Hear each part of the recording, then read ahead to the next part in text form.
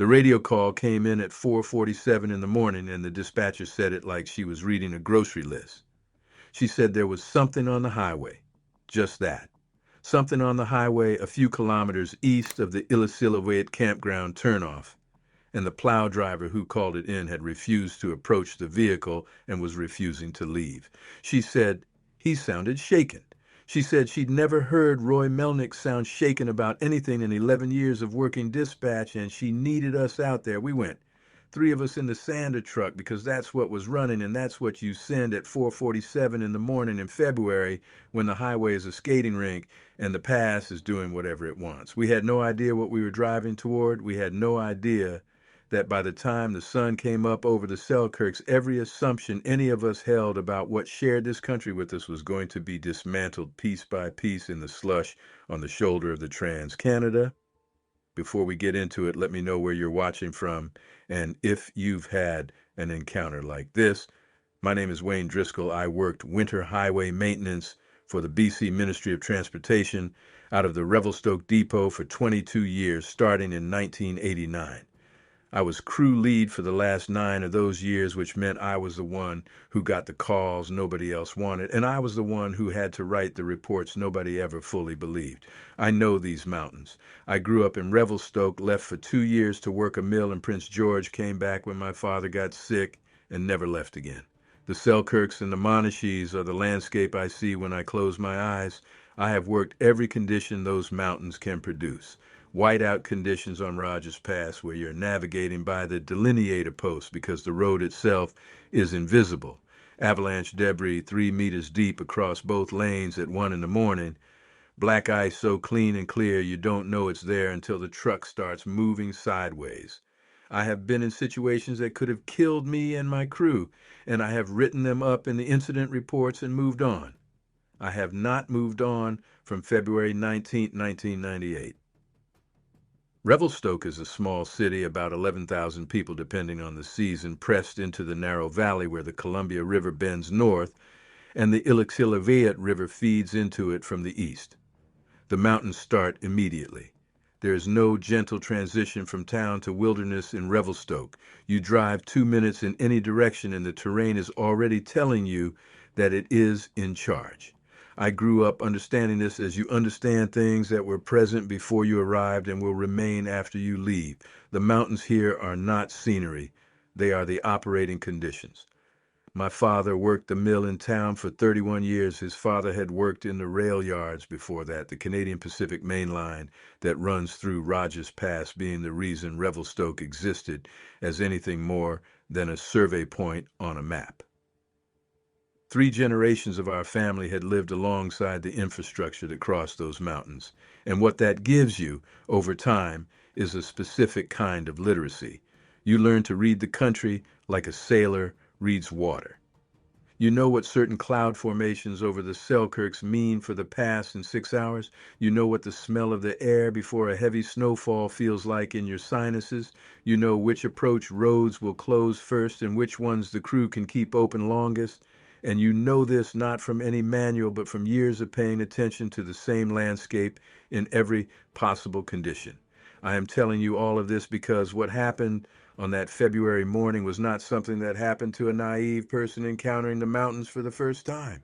It happened to someone who had spent his entire life in those mountains and who had, by 1998, developed enough respect for what they contained that he was not starting from zero when the evidence in front of him demanded more than ordinary explanations. I never told the ministry what we actually found that morning.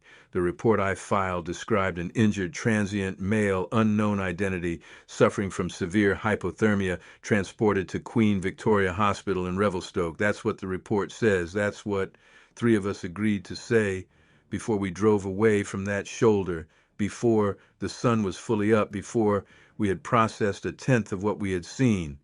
I filed that report 27 years ago, and it has sat in a filing cabinet somewhere in the Revelstoke Depot, unremarkable, buried under 1,000 other incident reports from 1,000 other February mornings on a highway that never stops producing incidents. What actually happened on the shoulder of the Trans-Canada that morning is what I am going to tell you now. All of it. Because my wife passed 2 years ago, and my youngest daughter has been after me for a decade to write it down. And because I am 64 years old with 2 replaced knees and a left shoulder that hasn't worked right since a loading accident in 2011, and I am aware that the window for telling it closes on its own schedule without asking, the ministry never followed up. That is worth saying clearly because it might seem implausible that a government agency would receive a report describing a severely hypothermic, unidentified individual requiring assistance and then simply file it and move on. But consider what the report actually said. Injured transient. Unknown identity, transported and stabilized, no further action required by reporting crew. In the context of a depot running flat out through a record snowpack winter, with equipment issues and road closures and avalanche watches going day and night, a single incident involving one unidentified individual was not going to generate bureaucratic follow-up. The system was designed to process events and move on, and it processed ours exactly as intended. The 4 of us understood this. We had written the report to take advantage of exactly that quality of institutional machinery, not out of dishonesty, or at least not primarily out of dishonesty, out of a calculation that the truth of what we'd seen would not be well served by the systems available to receive it, and that the alternative, the thing on the shoulder of the highway, would be considerably worse off if we told it accurately. I have had 27 years to reconsider whether that was the right call. I still think it was. The winter of 97 into 98 was brutal in the Columbia Mountains. I mean, genuinely brutal, not the kind of brutal that gets said about every hard winter. Environment Canada recorded the snowpack in the Selkirk Range that year at roughly 300% of normal for the season. Rogers Pass, which sits at an elevation of just over 1,300 meters and is one of the snowiest places in Canada on a bad year, had already by February received more snowfall than most years see in total. The highway between Revelstoke and the Alberta border, 148 kilometers of mountain road that follows the Illecillewaet River through some of the most dramatic terrain on the continent, was running on a maintenance schedule that had us out 12, 14 hours a day, 7 days a week.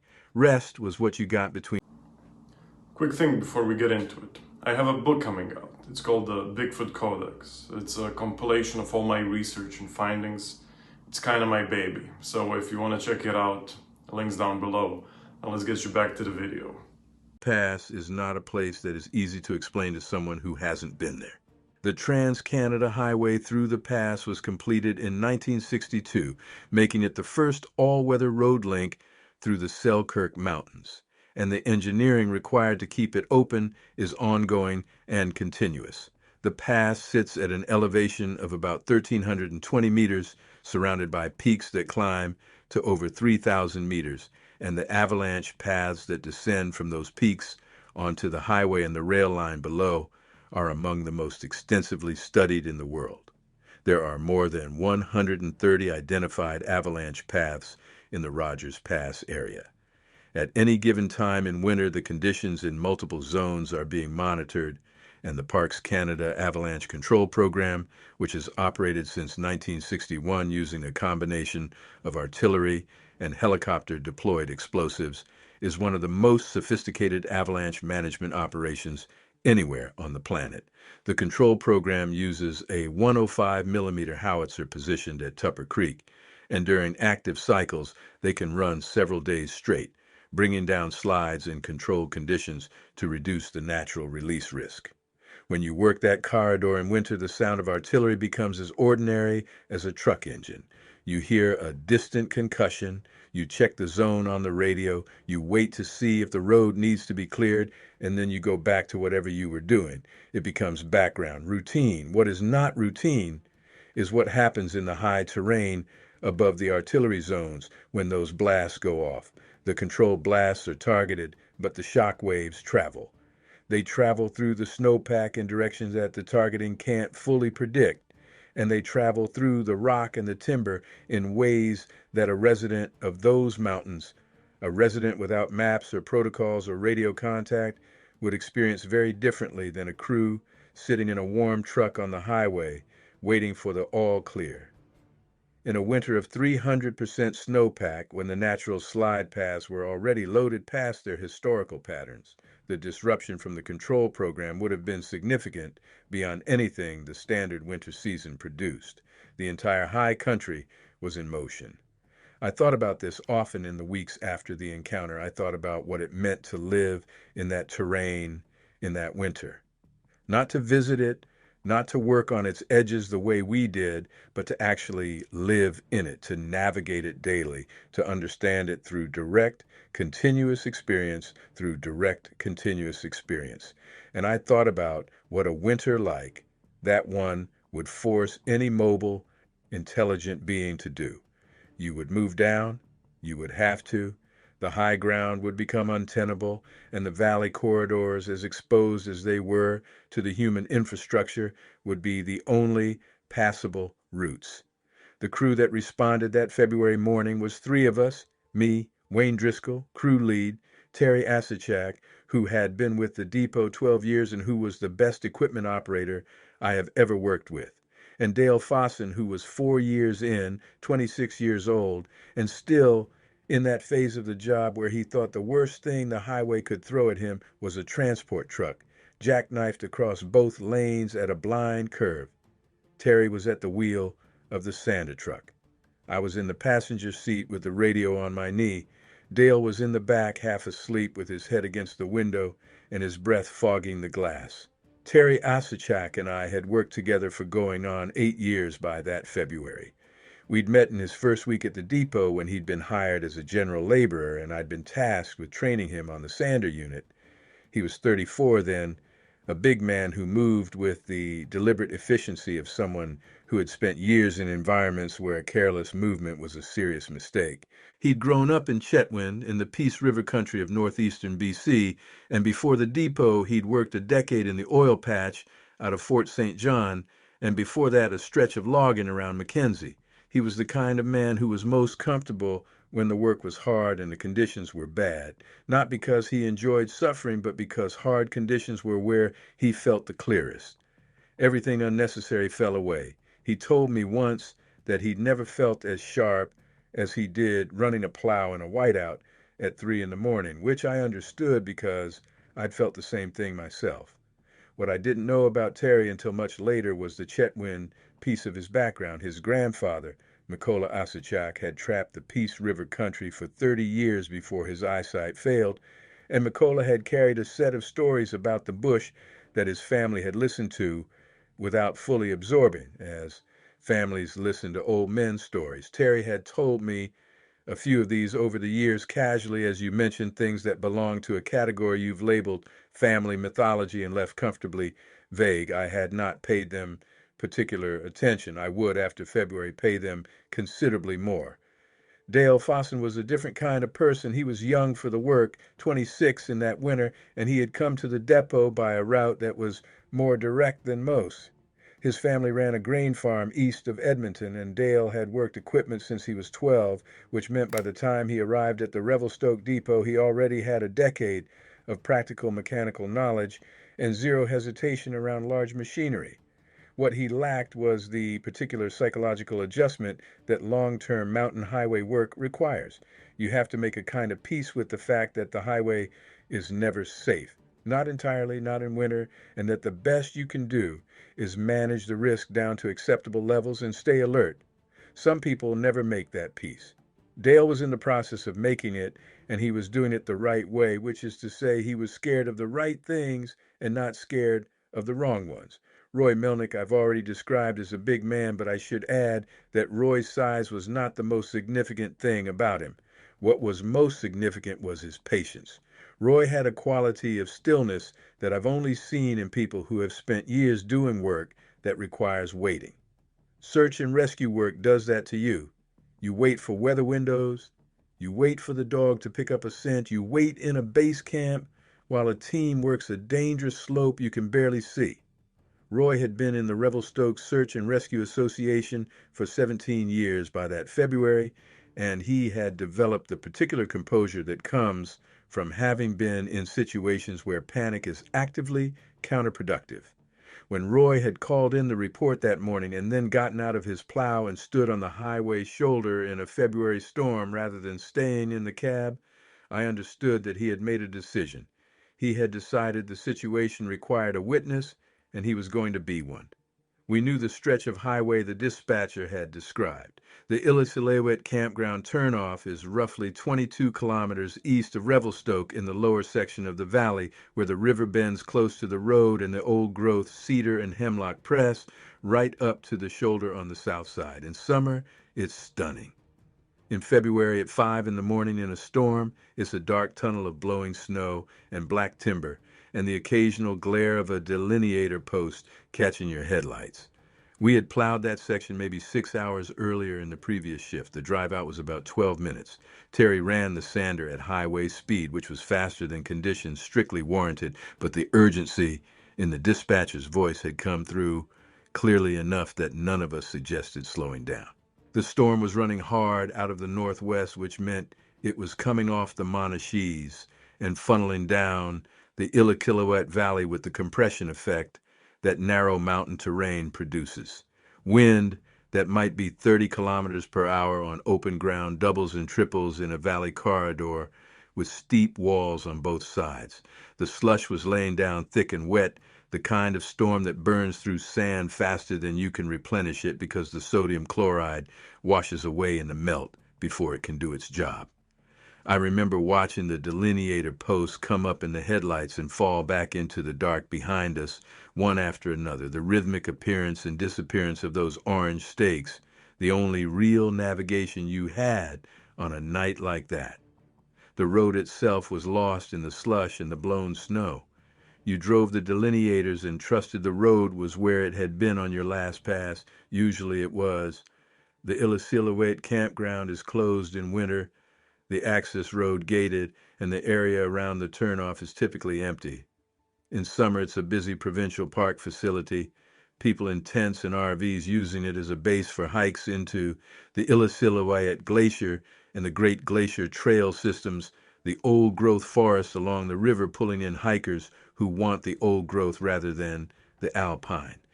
In February, it is a gate and a dark road going nowhere. The section of highway east of it runs along the river bottom for about 3 kilometers before the terrain opens slightly at the first of the Rogers Pass control zones. And in that 3-kilometer stretch, the forest comes right up to the shoulder on the south side. Old-growth cedar with trunks that are 2 and 3 meters across, their lower branches shedding snow in the wind, and the canopy above them dense enough that the snow beneath the outermost trees was only a few centimeters deep where the boughs had sheltered the ground. Beyond the first row of trunks, the understory was dark, where headlights only sharpened the contrast, the light stopping at the bark and the darkness beginning immediately behind it. Roy Melnyk's plow was pulled over on the eastbound shoulder with his 4-ways on when we came around the curve. Roy was standing outside in the storm, which told you everything about his state of mind, because Roy Melnyk did not stand outside in February if he had the option of sitting inside. He was a big man, late 40s, built like a man who had spent 3 decades handling equipment, and he was standing beside his truck with his arms crossed and his eyes on something down the shoulder, and he did not move when our headlights hit him. Terry pulled the sander in behind Roy's plow. I got out. The cold was immediate and mean, maybe minus 18 with the wind, and the snow was coming in wet and heavy the way it does when the temperature is right at the edge. Slush snow. The kind that sticks to everything and weighs 3 times what powder weighs and turns shoulders into skating rinks because it freezes into a polished glaze the moment the temperature drops another degree. Roy looked at me when I came around the front of the truck.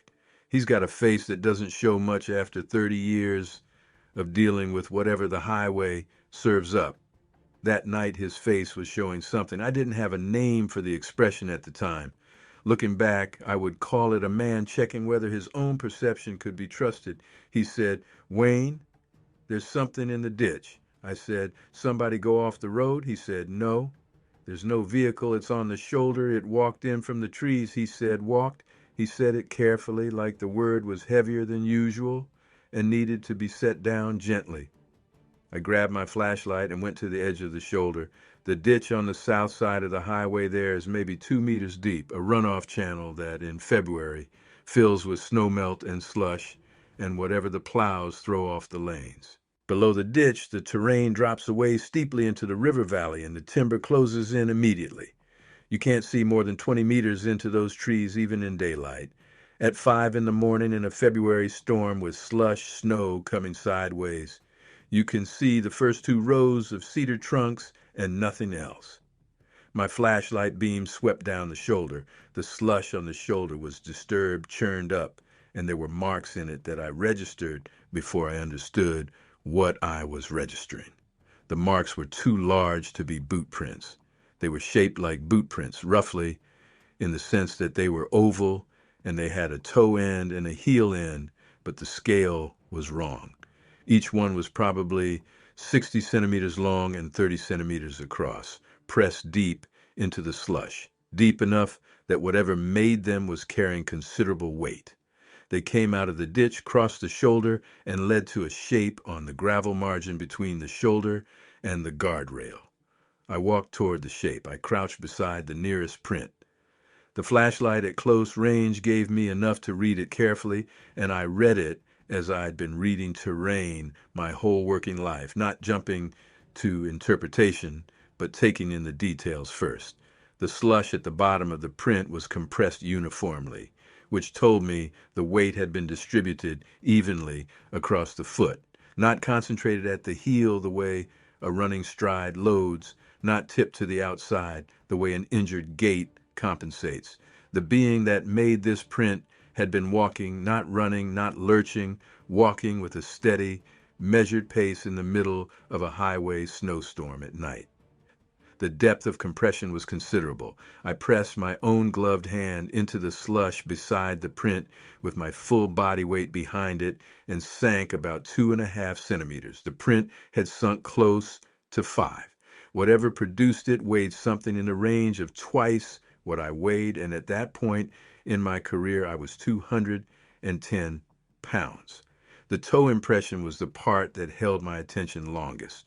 Most large footwear, boots, rubber overshoes, anything designed for this climate leaves a flattened, featureless toe impression because the material is rigid enough that the individual toes don't register. This impression showed 5 distinct lobes at the front.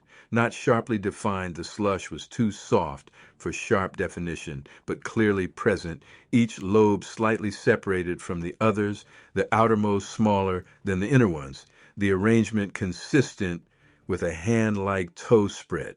The second toe was marginally longer than the first, which is a detail I noted because it is a detail. It is not the detail of a hoax or a carved foam stamp. It is the kind of detail that is present in real foot anatomy and absent in most attempts to fake foot anatomy, because most people do not know which toe is longer. I stood up and followed the track line to the body at the guardrail. The stride length between prints was, by my rough estimate, somewhere between 150 and 180 centimeters. A tall man's walking stride is maybe 90 to 100 centimeters. I am not a small man, and I was measuring against my own footsteps as I walked, and the prints I was following were covering roughly twice the ground per step that I was. The gait pattern was bilateral and regular. No limp, no compensatory asymmetry. Whatever was wrong with the left arm, it had not been wrong long enough to alter the walking pattern. The shape was large. My brain tried to process it as a piece of road equipment, a bundle of tarp, a pile of debris pushed off the lane by the plow. It wasn't any of those things. It was a body curled on its side against the guardrail, knees drawn up, one arm folded under itself, and one arm stretched out toward the road. It was covered in hair, dense dark hair, not the length or fineness of anything you see on a person, more like the coat of a large working dog in winter, but covering the torso, the arms, the back, the legs, all of it. The hair was matted with slush and ice. There was a smell cutting through the cold and the diesel exhaust from the trucks behind me, something animal and heavy like the interior of a barn in winter, a deep organic warmth even in the cold. I stopped 4 meters away. My flashlight was on the shape. I had a moment that I can only describe as a full system stop, the way a computer freezes when it's given a task it can't process. Everything I was seeing was real and present and measurable, and none of it organized into anything my brain had a category for. Let me try to describe what I was actually seeing, the way you try when words are the only tools you have, and you know they're not adequate, but you use them anyway because they're what you've got. The body at the guardrail was not the size of a large person. I have known large people my whole working life. Men who topped 250, 270, men built from a lifetime of physical work who filled a doorway and made regular chairs look insufficient. The form against that guardrail was in a different category of size entirely. I could see this even with it curled on its side, even in the limited beam of the flashlight. Because the guardrail itself was a known quantity, I knew exactly how tall that guardrail was. I knew what a large person looked like beside it. This form was wider across the shoulders than the guardrail span between posts, and the posts were about 2 meters apart. The hair covering the body was not uniform. On the torso and upper arms it was longer and darker, close to black, pressed flat by the wet and the cold. On the lower arms and the backs of the hands it was shorter and slightly lighter, a very dark brown that the flashlight caught differently than the near black on the torso. On the face and neck the hair was shortest and patchiest, concentrated more at the temples and along the jaw, leaving skin visible on the central forehead and around the nose and mouth. The skin there was very dark, not the darkness of deep suntan, but the darkness of a complexion that was simply that color, a dark, warm brown that matched the exposed skin on the backs of the hands. The hands were what I kept coming back to in those first seconds. They were proportioned correctly for the body, which meant they were large enough that when the partially extended right hand lay in the slush, the fingers reaching toward the road, the span from the base of the palm to the tip of the longest finger covered close to 30 centimeters. I measured this afterward using the slush impression left after we'd moved him, and the measurement came back at 28 centimeters. The human hand, for reference, spans an average of about 18 centimeters from wrist to fingertip. The hands I was looking at were half again as long as any human hand I had ever seen, and they were thick through the palm in proportion, the fingers heavy and wide, the knuckles prominent where the right hand lay loosely open in the slush. None of this frightened me.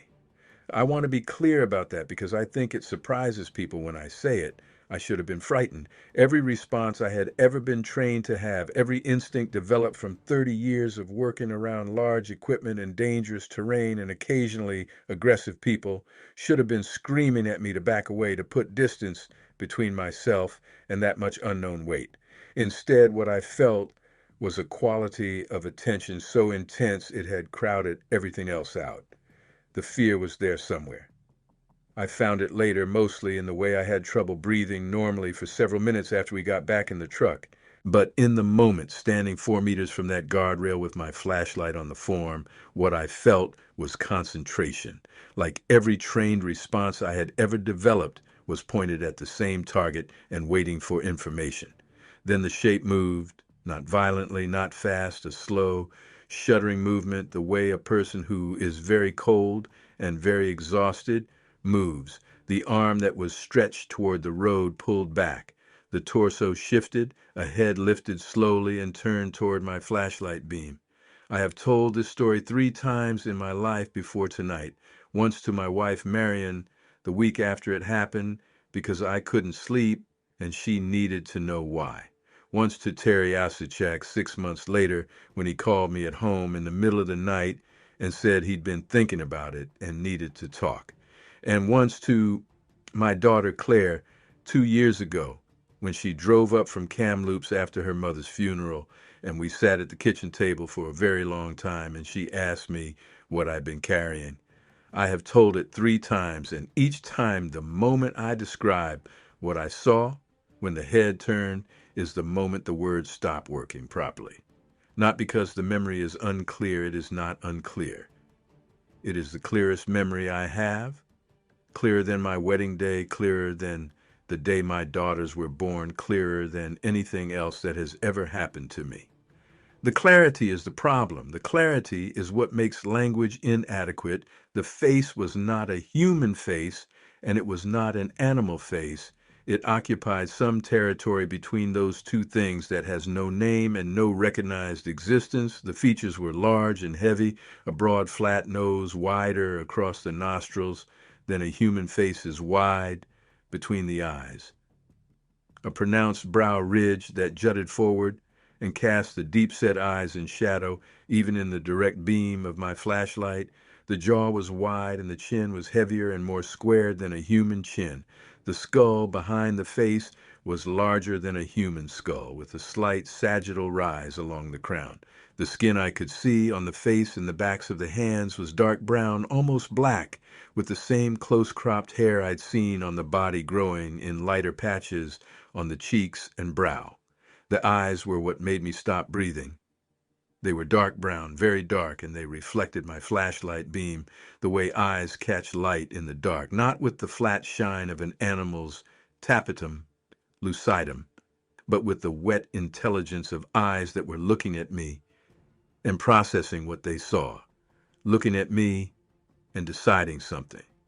In the half second that I held those eyes, I registered fear and exhaustion and pain in that order, and I registered all three because they were expressions I recognize, expressions that translate across whatever boundary exists between my face and that one, expressions that belong to any being that feels those things the way I feel them, not just behaviorally, but inwardly. Roy had come up behind me without my hearing him. He said, very quietly, "You see it too?" It wasn't a question. He needed confirmation that his perception was accurate, and I was providing it just by standing there. Yes, I didn't turn around. Terry and Dale were at the shoulder now. I heard Terry stop walking. I heard Dale say something in Ukrainian, which he did sometimes when he was surprised, a habit from his grandmother's house in Edmonton. I heard Terry say, "What do we do, Wayne?" The thing on the shoulder was watching all four of us. The effort of lifting its head had cost it something. The arm that had pulled back was shaking visibly, and I could see now in the flashlight beam that the shaking was not just cold. The left arm was held at an angle that wasn't right. The elbow was lower than it should have been, and the forearm was turned inward. Something was wrong with that shoulder or upper arm, enough wrong that even a body this size and apparent strength was protecting it by tucking it close. Terry said it again. "Wayne, what do we do?" And I heard myself say something I didn't plan. I heard myself say, "We're not leaving him." I don't know where that came from. I don't know with certainty that him was the right word. I was working fast on very little information, but the way it was curled against that guardrail, the way it was shaking, the eyes looking up at me, all of it called up that word before I had time to think about it. We're not leaving him. Like I'd found someone's grandfather collapsed in a parking lot. Like the appropriate response was obvious, and the only question was logistics. There was a pause. Roy said, "Wayne, I am not equipped to disagree with you, but I want you to understand I have no idea what we are doing." I said, "Neither do I, but we're doing it." Here is what I knew in the first 5 minutes of standing on that shoulder. The thing was alive. The thing was injured. The thing was in serious hypothermia based on the uncontrolled shaking and the way it was barely lifting its head. Hypothermia kills on a timeline, and the timeline gets shorter the larger the temperature differential and the longer the exposure. Whatever this was, it had been in that slush, in that storm for long enough to be in serious trouble, and whatever decisions I was going to make about the larger implications of its existence, the immediate decision was the same decision you make for any living thing in that condition. You get it warm, you get it dry, you get it out of the cold.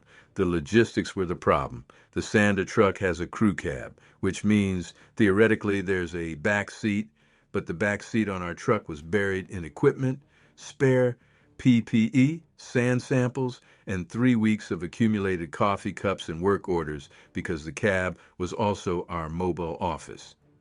The cargo area behind the cab is open to the weather.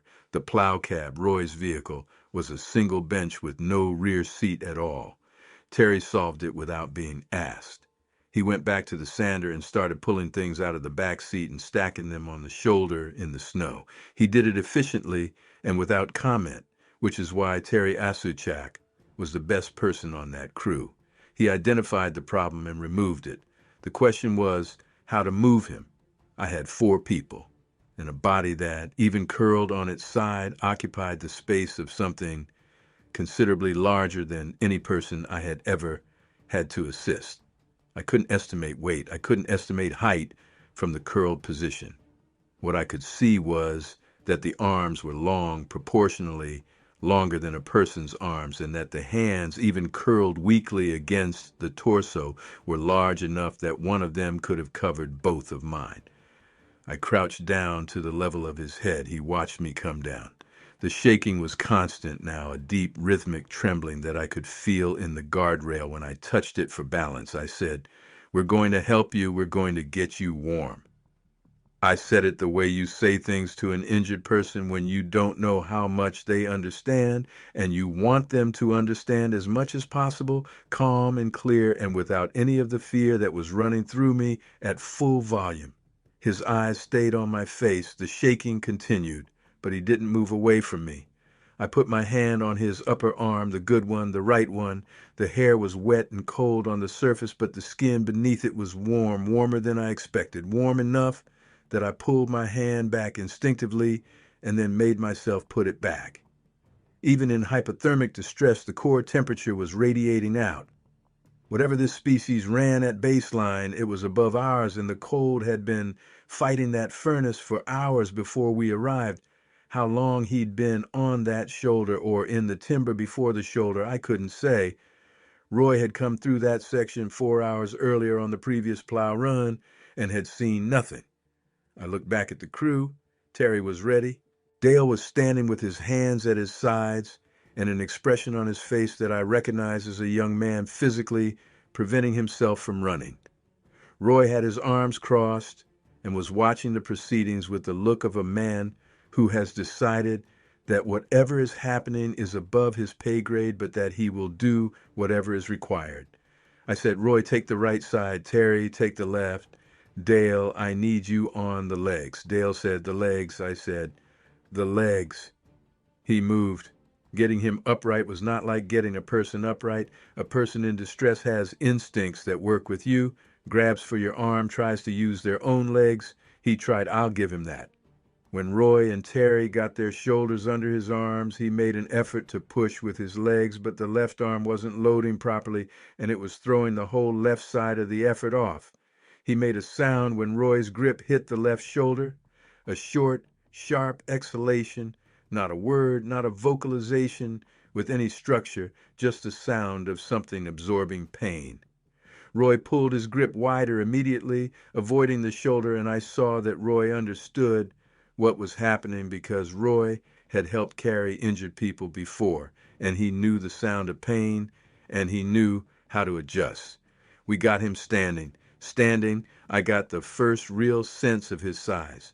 He was taller than the top of the guardrail, which I measured afterward and which sat at 106 centimeters off the ground by a significant margin. I'm 6 feet tall. He had a minimum of 30 centimeters on me, possibly more, and the width across his shoulders was something I could not fully process in the moment. Terry, who is 5'11" and broad through the back, looked narrow standing beside him. His weight loading onto our shoulders was immense, not violent, not a sudden drop, but a sustained pressure that made all 4 of our knees work hard. We walked him to the sander truck. It took 7 minutes to cover maybe 20 meters. He moved with his eyes half closed and the right arm braced across Roy's shoulders and the left arm curled against his body. His feet bare, no footwear of any kind. The feet were broad with a proportional toe spread that looked designed for uneven terrain, and the skin on the soles was dense and heavily calloused, dark and thick enough that it looked like boot leather. Even so, bare feet in -18 with slush snow on asphalt is bare feet in -18, and he was moving on them without the involuntary haste that cold ground produces in a person. Dale got the back door of the crew cab open. We loaded him across the back seat on his right side, the injured left held away from the backrest. His knees were pressed against the back of the passenger seat, and he still didn't fit fully. Dale climbed in beside him and pulled the door. Terry got in the driver's seat. Roy went to radio dispatch from his plow. I got in the passenger seat and turned around. In the cab of that truck, in the confined space and the warm air from the heater, the smell was very strong. Not bad, difficult to describe, deep and organic like fresh earth after rain layered over something musky and warm. An animal smell, but not an aggressive one. The kind of smell that belongs to a living thing that spends its life outdoors and carries the outdoors with it. Dale was pressed against the door with his hands on his knees and his eyes on the ceiling. He was doing fine. He was 19 years older inside than he'd been 20 minutes ago, but he was doing fine. I looked at the figure filling the back seat. The shaking had not stopped, but it had changed character. The violent, uncontrolled trembling of the worst hypothermia was shifting toward a coarser, more regular shaking that told me the core was responding to the warmth. The eyes were closed, the breathing was audible, deep and slow, with a resonance I could feel in the back of my seat. I reached between the seats and put my hand on his forearm, the one that wasn't injured. His eyes opened. I said, "You're okay. You're warm. You're okay." His eyes were on mine for a long moment. Then they closed again. Terry said from the driver's seat without turning around, "Wayne, we need to talk about where we're going." He was right. Queen Victoria Hospital was my first instinct, the same instinct that had produced the report I would eventually file. But a hospital meant people, questions, documentation, and a chain of events that I couldn't see the end of. It meant something that was injured and exhausted and in no position to consent to anything being placed in a system designed to categorize and process and record. It meant phone calls to people I couldn't predict, agencies I couldn't anticipate, outcomes I couldn't control. On the other hand, he needed medical attention I couldn't provide. The shoulder or upper arm needed assessment at minimum. The hypothermia needed monitoring. I was a highway maintenance supervisor with a first aid certificate, not a physician. Roy's voice came over the radio. He said he'd told dispatch the situation was under control, that we'd found an injured transient and were transporting, and that he'd file the full report from the depot when his shift ended. Good man, Roy Melnyk. He understood, without me telling him, that the official version needed to be constructed carefully. Terry said, "There's the old depot shed at the pullout near the Illecillewaet bridge. Nobody uses it in winter. Heat lamps still hooked up for the equipment." I thought about it for approximately 5 seconds. I said, "Drive." The shed was 4 kilometers west of where we'd found him. Terry drove with the four ways on and the heater running full. In the back seat, Dale had stopped, pressing himself against the door, and was sitting upright with a blanket from the equipment bin laid over the figure's torso and legs. I watched Dale do this without being asked, and I thought, not for the last time that morning, that my crew was a collection of people who did the right thing before they'd finished deciding what the right thing was. The shed sat on a gravel pullout behind a locked chain accessed by a maintenance key that every depot vehicle carried. Terry opened the chain. The shed was a concrete block structure about 10 meters by 6, used in summer for equipment storage and in winter for essentially nothing except keeping a portable generator and some spare parts out of the weather. The heat lamp in the corner was a large industrial infrared unit, the kind used to keep hydraulic fluid from gelling in stored equipment. Terry turned it on, and it came up red and warm within a minute. We got him out of the truck and into the shed. He was more cooperative than he'd been on the highway. The warmth in the truck cab had worked on him. He was bearing more weight on his own legs now, and when we moved toward the shed, he moved with us rather than needing to be fully supported. He was still holding the left arm close to his body. I still couldn't see the injury clearly. We sat him against the wall of the shed on a piece of tarpaulin that Terry had pulled from a storage hook. The infrared lamp was close enough that its heat was immediate and significant. He sat with his back against the concrete block and his knees drawn up, and he watched the three of us watching him. Dale said quietly, "What is he?" "I don't know," Terry said. "I know what he is. I just don't know what we do with what I know." That was Terry all over. He'd grown up in a Ukrainian family in northeastern BC Chetwynd area where his grandfather had worked the Peace River country as a trapper and had told stories that Terry had always treated as exactly that, stories. Family mythology, the kind of thing you don't dismiss and don't fully accept. He'd heard descriptions his whole life, and here he was looking at one, and he wasn't surprised, exactly. He was confronting the difference between a story and a reality and finding that it was a greater distance than he'd expected. The shaking had slowed significantly by the time we'd been in the shed 20 minutes. The breathing remained deep and resonant, audible even over the hiss of the infrared lamp. The eyes were open and tracking. He watched the movements around the shed with attention that was focused and clear, not the drifting, unfocused gaze of someone still in hypothermic confusion. He was aware he was assessing us the same way we were assessing him, which I found in the circumstances entirely reasonable.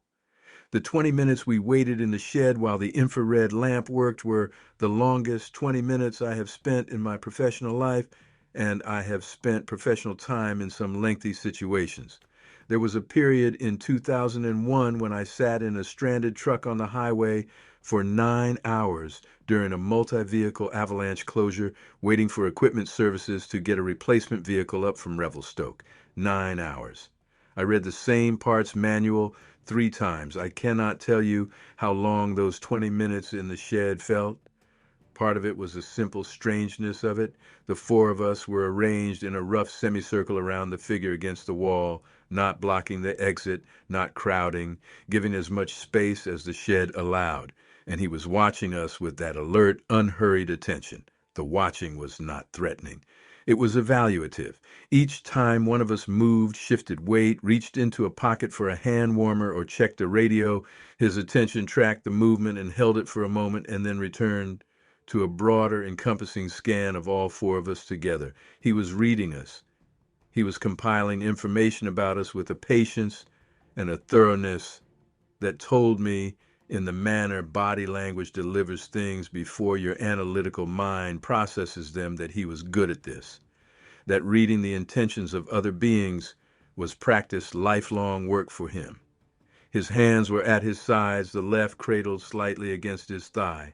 I watched the hands throughout the warming period because I was watching for signs of returning sensation and circulation, the involuntary movements that signal the peripheral nervous system coming back online after cold injury. His right hand began to show these signs first, small, irregular flexions of the fingers, the kind that are not deliberate but are the body running its own inventory. The left hand followed more slowly. The left arm with the shoulder injury was clearly the cold side, had been the protected side, and it was warming more reluctantly than the right. The shed smelled like cold concrete and hydraulic fluid, and the 3 weeks of accumulated diesel that any ministry maintenance facility smells like by February, and beneath those familiar smells his presence added its own layer, not unpleasant and not exactly animal in the pejorative sense, more like entering a space where a very large, warm, living thing had been for a while. The smell of a healthy herd of cattle on a winter morning is the closest comparison I can make. That combination of body heat and hay and earth and clean, warm breath, except what he produced was denser and more specific, with a note underneath it that was almost sweet, like green wood fresh cut in winter. It filled the shed completely, and it was still there hours later when Terry and I went back to lockup. Roy was the one who started talking first, not to the figure against the wall, but to the rest of us, conversationally, keeping his voice even and unhurried, the tone you use in the presence of an injured animal to let it calibrate that the voices around it are not dangerous. He talked about the snowpack. He talked about the control program schedule. He talked about a closure on the highway the previous week that had kept the depot crew working 3 shifts straight. The content didn't matter. The tone was the whole of it. Slow, steady, without urgency or alarm, the verbal equivalent of the infrared lamp, just ambient warmth with no agenda. Dale watched Roy do this and after a few minutes began doing the same thing, talking about the previous weekend, a hockey game he'd seen in town, the details completely ordinary. The effect was real. I watched the figure's attention shift from the constant scanning assessment of potential threat toward settled. The head dropped a few centimeters, the jaw unclenched slightly. He was still watching, still aware, but the quality of the watching had changed from threat assessment to monitoring. He was still reading us, but the results of the reading were accumulating in a direction that was not alarm. I crouched down to examine the left arm. He saw me coming toward it, and the arm pulled closer to his body. Not aggressively, protectively. I held up both hands, palms open, a gesture that either means nothing to a species without our evolutionary history or means exactly what it means to us. I had no way of knowing. Then I moved slowly and I touched the forearm of the injured arm with 2 fingers, and I waited. He let me keep the fingers there. I worked gradually up the arm. The hair was drying now in the heat, and the undercoat was denser than I'd realized, a thick insulating layer close to the skin, much like what you see on a working breed dog built for cold weather. The muscle mass beneath it was immense. Even injured and exhausted and half hypothermic, the forearm under my hands was like gripping a bundle of bridge cables. I reached the shoulder. He made a sound when my fingers found the upper arm. Low, involuntary. I stopped. I looked at his face. He was looking at the ceiling of the shed. The jaw was tight.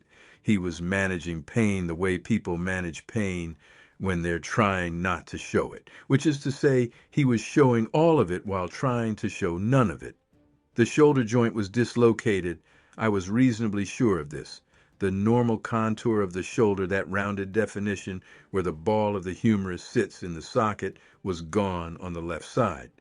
The shoulder was lower and the upper arm was internally rotated, which is textbook for an anterior dislocation. I'd seen this injury on the highway more than once, usually in vehicle accidents, and the presentation was consistent. Here's the problem with a dislocated shoulder. If you know what you're doing, you can reduce it, meaning you can maneuver the joint back into proper alignment. I had done this exactly once in my life on a crew member who dislocated his shoulder falling off a grader in 2003, and I'd done it with phone guidance from a paramedic and the explicit understanding that I should get the man to an ER immediately after. The reduction itself is not complicated in concept. The execution requires the injured person to be relaxed enough to allow it, which requires either medication or an enormous amount of trust. And it requires the person doing it to know what they're doing well enough not to cause additional damage. None of those conditions were fully met, but a dislocated shoulder left unreduced causes progressive damage to the surrounding tissue.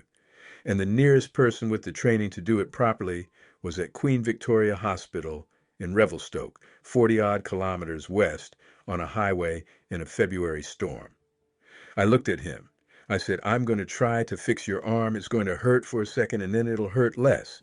He was watching my face. I don't know what he understood. I held his gaze, and I kept my hands where he could see them, and I breathed slowly the way you breathe when you want someone to mirror you. Then I did it. I used a modified Cunningham technique because it requires the arm to be brought across the body rather than manipulated outward, which seemed safer given the size and mass involved. I held the forearm steady, maintained gentle traction, and waited for the muscle guarding to release. I have thought many times since about what gave him the capacity to allow a stranger to manipulate a painful injury, what that decision required of him. He did not know me. He did not know what the procedure would feel like or what it would accomplish. All he knew from the evidence available to him was that I was crouching in front of him with my hands on his arm, and I had not hurt him yet, and I appeared to be moving with intention rather than aggression. That is not much to go on. It is, when you think about it, less information than most of us would require before allowing someone to work on a joint injury, and yet he allowed it. He allowed it for 4 minutes, which is a long time to hold still when someone is maintaining traction on a dislocated shoulder. The Cunningham technique works by gradually releasing the muscle spasm that holds the humeral head out of the socket. The premise is that if you can get the muscles around the joint to stop guarding, the ball will seat itself back into the socket without any dramatic manipulation. What this requires from the patient is cooperation, not passive endurance. Active, conscious cooperation, allowing the muscles to release rather than gripping harder against the discomfort. This is why it works better with sedation in a clinical setting. Without sedation, it requires a degree of voluntary relaxation that is physiologically difficult to achieve when you are in pain and in the presence of strangers. He achieved it. I watched him do it. I watched the muscles along his neck and across the top of his shoulder, visible through the dense hair, visibly soften, not all at once. Over those 4 minutes in increments, the tension releasing in small surrenders as the warmth of the shed and whatever assessment he was running on me and on the situation produced a conclusion that tipping toward release was safer than holding. The conclusion was right. The moment the spasm let go, the joint moved with almost no force required from me, and what I felt under my hands was not the dramatic snapping back that laypersons sometimes imagine from these procedures, but a smooth, quiet seating, a ball finding its socket with the click and the give of a joint returning to where it belongs. And then the sound, I have described it before, and I'll try again. It was long, starting below what I can easily perceive as tone and rising through frequencies I could feel in my teeth before I heard them in my ears. It lasted perhaps 6 seconds. It did not stop abruptly, but faded, not with the decay of an echo, but with the deliberate, controlled diminishment of a sound that had been chosen, as if the sound had a duration selected rather than arrived at. Dale and Terry stepped back. Roy, who was near the shed door, stayed where he was, but his hands came up involuntarily, not raised against anything, just lifted as hands come up when an unexpected force travels through the air near them. I kept my hands where they were, and I looked at his face, and his eyes were closed, and the jaw was relaxed, and the sound came out of him and went into the concrete walls and came back at a slightly different frequency and died. Then it was over. He sat very still for about 30 seconds. Then he moved the arm. It took 4 minutes. 4 minutes of stillness and eye contact and very gradual coaxing, and then the muscle released and I felt the joint move. He made a sound, long, low, sustained, a sound that reverberated off the concrete walls and made Dale and Terry both take a step back. Not a sound of distress, more complex than that, more contained, a sound that I can only describe as the controlled release of something that had been held for a long time. Then it was over. I felt the humeral head seat back into the socket. The shoulder's normal contour returned under my hands. He sat very still for about 30 seconds. Then, slowly and deliberately, he moved the left arm, first at the elbow, then at the shoulder, a small rotation, checking the range. He moved it forward and back. He moved it away from his body and back. He looked at the arm the way you look at something you were worried about and are relieved to find intact. Then he looked at me. I don't have a word for what was in that look. Gratitude gets close. It doesn't get there. Gratitude implies debt and obligation. And I didn't feel any of that coming from him. It was something more direct, a recognition, an acknowledgement of what had just been done and what it represented. You caused me pain for the purpose of ending pain. I understand this. I register this. I stayed crouched in front of him. He stayed against the wall. We looked at each other for a long moment in the red warmth of the infrared lamp in that concrete shed 4 kilometers from where we'd found him. And the strangeness of the moment was absolute and complete, and somehow, in the middle of all of it, not frightening. Terry broke the silence. He said, "How'd he end up on the highway?" It was the question none of us had asked yet because we'd been busy dealing with the immediate physical situation. Now it sat in the shed with us. There were tracks leading out of the timber and across the ditch. We had all seen them. He had come from the trees. But what had brought him to the trees at the shoulder of the Trans-Canada in a February storm, injured, hypothermic, and completely alone, was a question I had no data to answer. I thought about what I knew about this section of the Selkirks. The timber on the south side of the highway between the Illecillewaet campground and the first Rogers Pass avalanche control zones is old-growth cedar and hemlock, some of the most intact interior rainforest in BC, pressed between the highway corridor and the Illecillewaet River on one side, and steep terrain climbing toward the high country on the other. The avalanche paths that drop out of the Selkirks in that zone are well documented, dangerous, and in a snowpack year like '98, running hot. The Rogers Pass Avalanche Control Program, run by Parks Canada using artillery, is one of the most sophisticated in the world, and they had been running controlled blasts for weeks trying to stay ahead of the natural slide risk. A blast at the wrong moment in a zone where the timber gives way to open alpine could drive anything living in the avalanche path out of the terrain and downslope. If he had been in the high country and a slide came, or if an artillery blast had disrupted a zone where he was moving, the path of least resistance was down, and down meant eventually the river valley, and the river valley meant the highway corridor. That was a theory. I had no way to verify it, but it fit the geography, and it fit the timing, and it fit the condition he was in, a body that had been moving hard through heavy terrain in a storm and had ultimately run out of options and come to rest against a guardrail on the Trans-Canada. Dale had gone outside and come back in with a thermos of coffee from the truck cab and was turning it in his hands without opening it. He said, "Do we call this in?" I said, "We already called it in. Injured transient, we're transporting." He said, "I mean really call it in." The question that had been sitting in the corner of the shed since we arrived. I looked at Terry. Terry was looking at the ceiling. I looked at the figure against the wall. He was watching me. The left arm was resting at his side now, functional, no longer tucked close. The shaking had stopped almost entirely. His breathing was slower and deeper, and the resonance in it had softened. I said, "Who would we call?" Silence. I said, "Think about it practically. We call Parks Canada, they call Environment Canada, maybe someone calls the RCMP. This becomes a thing, a documented thing, and then what?" Terry said, "Research. Someone comes in with equipment and starts asking questions," I said, "and it ends with him in a facility somewhere."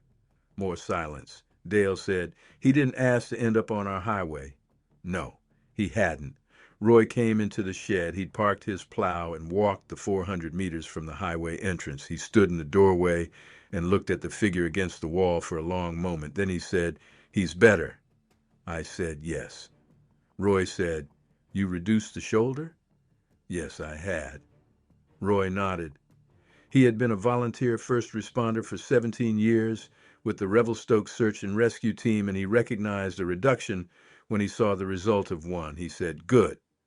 Then he sat down on an equipment crate and he looked at the figure against the wall, and the figure looked back at him, and Roy said, very quietly and to nobody in particular, "My grandfather saw one in the Caribou in 1941. He told me once when I was young enough that he figured I'd forget. I didn't forget." He paused. "He said the hardest part was knowing what you'd seen and having no one to tell it to." The shed held that for a while.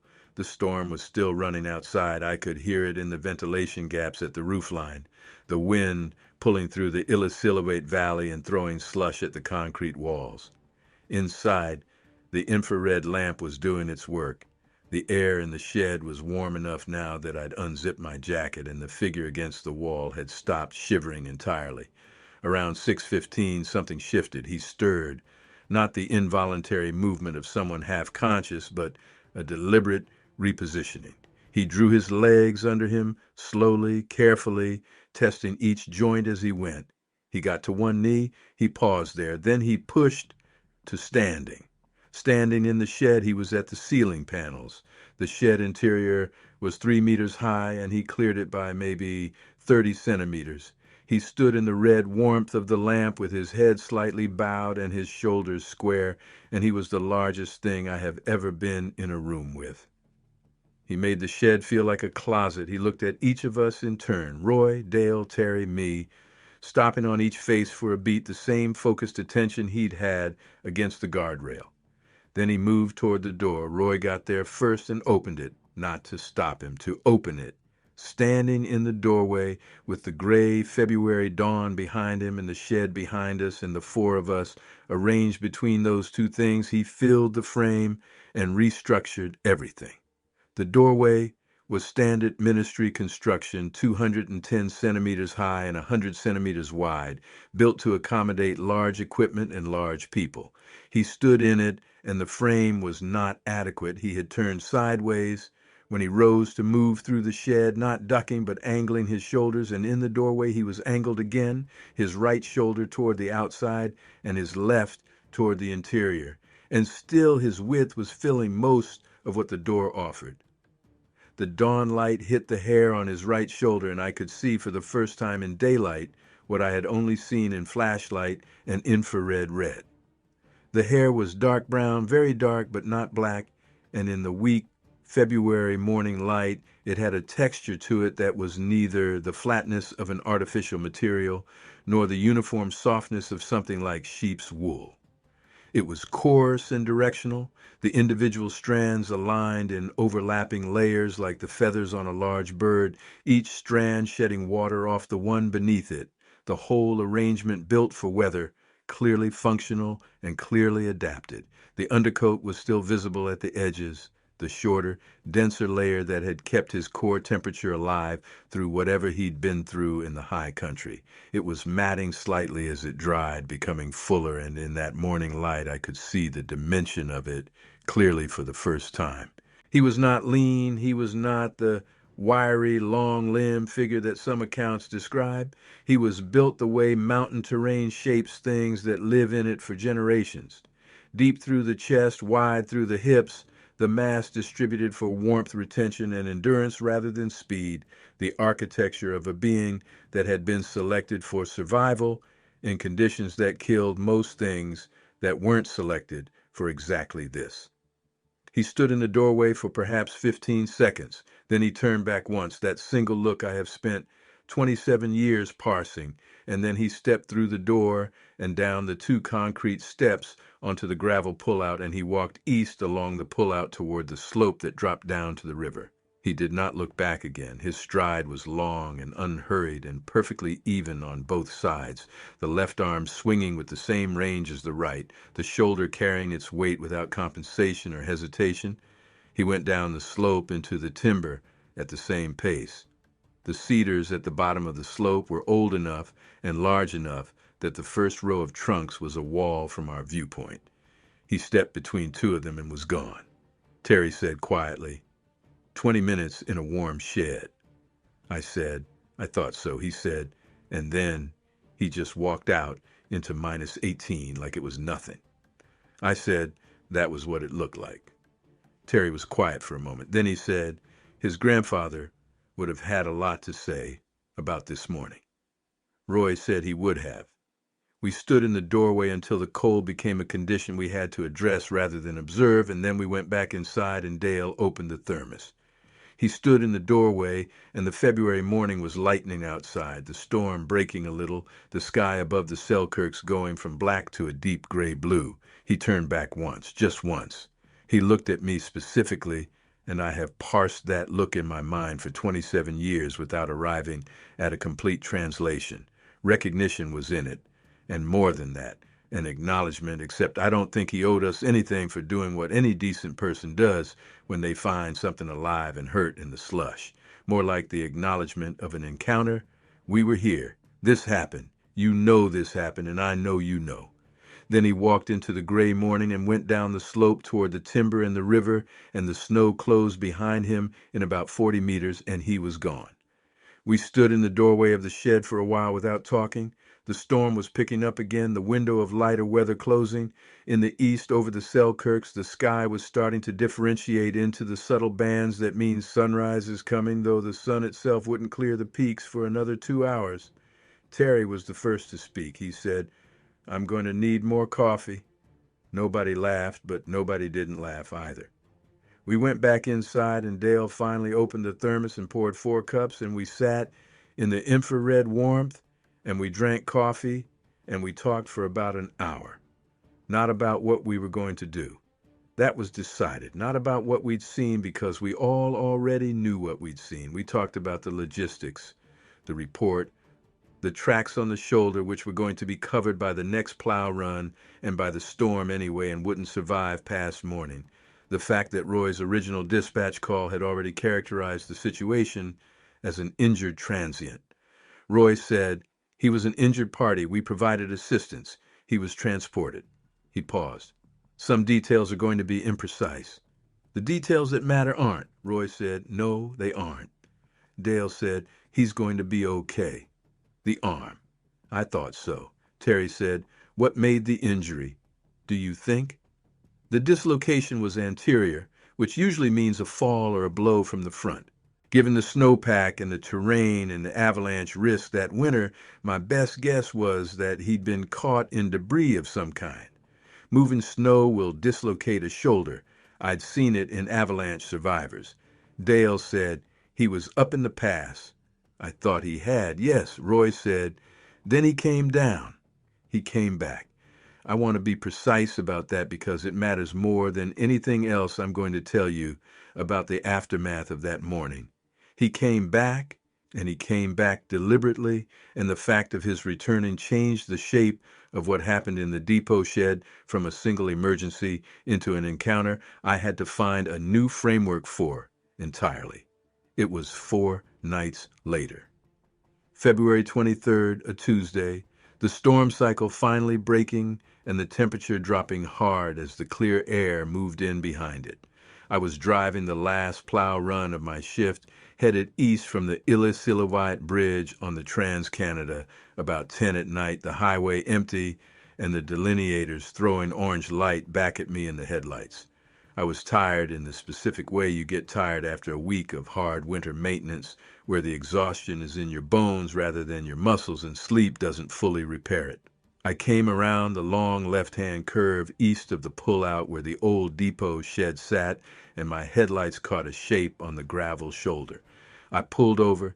He was standing at the tree line on the south side of the highway in the gap between two cedars where the timber opened slightly before the ditch, standing in the clear, no attempt to stay in shadow, just standing, with his arms at his sides and his head turned toward my approaching headlights, waiting. The left arm was at his side. The shoulder had its normal contour back. He was bearing equal weight on both sides. I sat in the cab of the plow with the engine running and the four ways on, and I looked at him through the windshield for a long time. He looked back. The cold was visible in my breath, fogging the glass, -22 according to the gauge, clear and still. In the headlights, his hair was dark and dry, no slush in it, no ice. He had been in the timber in the cold, and he looked like the cold was a fact of the environment rather than a condition he was fighting. I got out, I left the plow running, and I walked to the edge of the shoulder. He was perhaps 15 meters inside the tree line. In the headlight glow that reached that far, he was clearly visible, standing as he had stood in the doorway of the shed when he got up to leave, head slightly bowed, watching. "You're okay?" He was quiet. The cold air was absolutely still. "The arm is working." He moved the left arm, extended it forward at waist height, held it there a moment, brought it back. The range of motion was full. The gesture was deliberate and direct. He was showing me the arm the way you show someone a repaired thing to confirm it works. I stood on the shoulder of the Trans-Canada at 10 o'clock at night in -22, and good. He stood there for another minute or so. I didn't move. He didn't move. The plow engine ran behind me, steady and loud against the quiet mountains. Then he turned and went into the timber, and within seconds the trees had him. He was standing in the gap between two cedars as I described, but what I did not describe fully was what I saw when I got out of the truck and walked to the shoulder edge, and he was visible in the headlight glow. The left arm was extended slightly away from his body in a resting position, not tucked close, not held protectively, just hanging at his side with the natural angle of a shoulder carrying weight normally. The posture was not the compressed, guarded posture of the figure against the guardrail 4 nights before. He was standing upright in his full height, and in the headlight glow I could see the chest rising and falling slowly with breathing that was not labored, not shallow, not the breathing of any being in distress. He had come through the intervening 4 days and come through them well. I thought about what those 4 days had looked like. -22 on the night I found him again, which meant the intervening period had been colder than the night of the encounter, the storm system clearing and the Arctic air coming in behind it the way it always does when the clouds break in February. He had been in the timber in that cold for 4 days with a shoulder that, even properly reduced, would have been stiff and painful for days afterward. The joint capsule and the surrounding soft tissue in a dislocation take weeks to fully recover, and the first several days involve inflammation and limited range of motion that a human patient would be managing with anti-inflammatory medication and a sling, and probably a physiotherapy referral. He had managed it in the forest in -20, and he had come out of that forest in the dark to a spot on a highway shoulder within a few hundred meters of where we'd found him, and he had stood and waited for my plow to come through. The question of how he knew my shift pattern occupied me for weeks afterward. The answer I arrived at, which cannot be verified but which is the most coherent one I could construct, is that he didn't know it specifically. He had waited. He had come to the road at an hour that was late enough for highway traffic to be minimal, stood where the headlights of a passing vehicle would pick him up clearly, and waited for whoever came through to be someone he recognized. If it had been Roy's plow or Terry's truck or any of the other depot vehicles that ran that section regularly, he would have had to make a judgment call about whether to step forward or step back. It happened to be me. Whether that was coincidence or a pattern I couldn't determine, I genuinely don't know. But I have driven that section at that hour often enough in the years since that I've thought about it often, and I have never in all those subsequent drives had another moment like that one. When I held his gaze and said good, there was a pause in which he remained completely still, as he had been in the 4 minutes while I held the joint and waited for the spasm to release. The same quality of stillness, chosen, not imposed. Then the posture shifted very slightly, a small movement of the head, an adjustment of the angle, not a nod, not exactly, but the quality of acknowledgement that a nod carries. And then he turned and walked back into the trees, and the timber closed, and the headlights shone on bark and shadow and nothing else. I drove the rest of my shift in a state of mind that I have no good name for, not fear, not exactly wonder. Closer to the feeling you get when you realize that the world is considerably larger than the version of it you've been living in, and that this is permanent, and that going back to the smaller version is no longer an option. I told Marion that night. I came home at midnight and she was awake the way she usually was when I had a late shift, reading at the kitchen table with a cup of tea gone cold beside her. She had the kind of patience that doesn't wear even at midnight. I sat down across from her and I told her the whole thing, start to finish, beginning with the radio call at 4:47 and ending with the moment at the tree line 4 nights later, and she listened without interrupting until I was done. Then she said, "You reduced his shoulder." "Yes," she said, "and he came back to show you." That appeared to be what happened.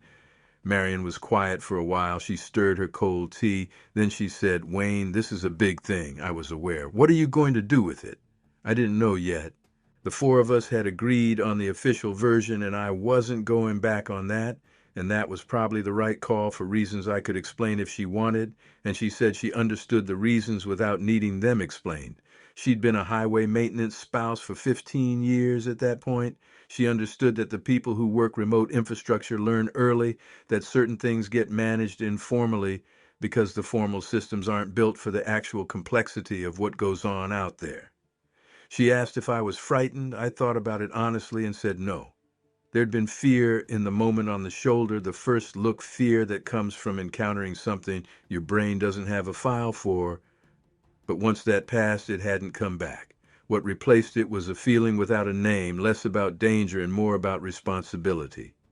He had come to the highway in distress, and we had helped him, and he had survived, and he had come back to show us.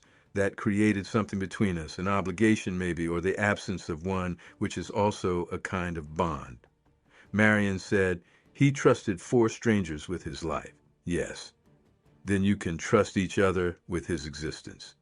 That was Marion. She had a way of finding the exact sentence the situation required and saying it cleanly without decoration. I miss her every day.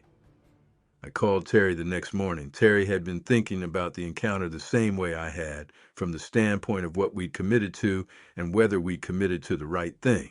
He'd driven that stretch of highway every day since and was keeping his eyes on the tree line.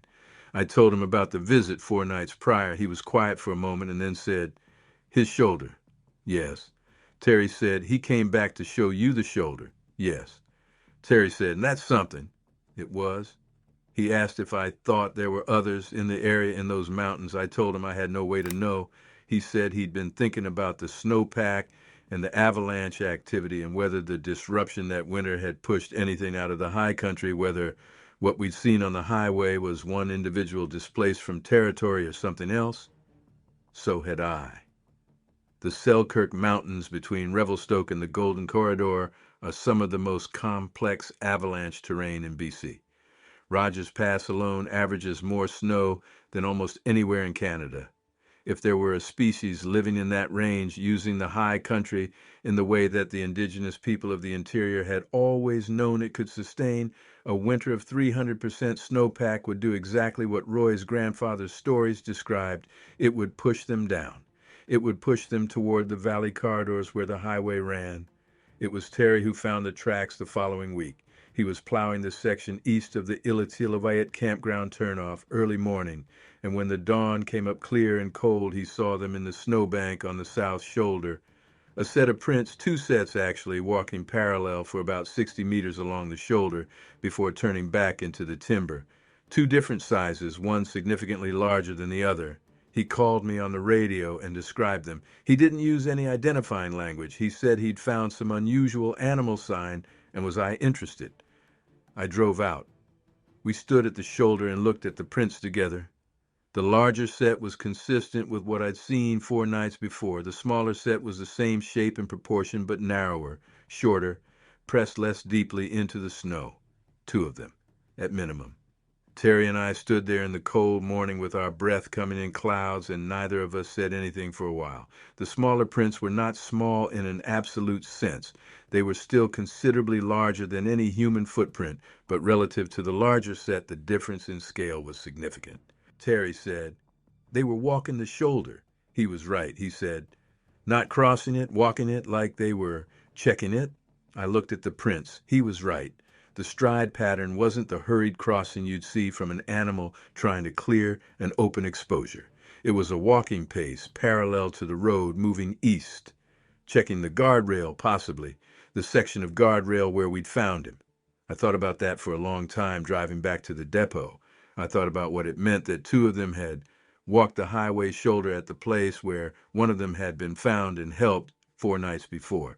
I thought about whether checking it was a behavior with any analog I could understand, and I decided that it did have an analog, that the analog was completely comprehensible, and that comprehending it was the part that had stopped fitting inside my ordinary understanding of the world.